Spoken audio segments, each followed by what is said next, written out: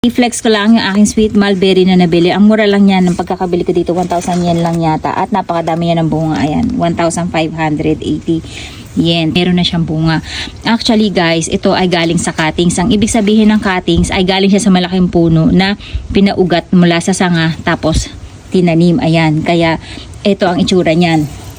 Kung matatandaan nyo guys, last year nagkaroon tayo ng cuttings na tutorial. Ayan, paggawa niyan. Ito yung pinaka lupa niya na nilagay natin dito. Saka natin binalot dito sa binalatan natin na sanga. And then, ayan, may mga ugat na yan guys. Kaya ready to transplant na yan. Ayan, nakikita nyo.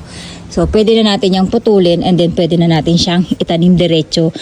Maganda kasi itong gawing tsaa, yung dahon niyan. Napakaganda niyan sa mga matataas ang blood sugar at iba't ibang sakit guys.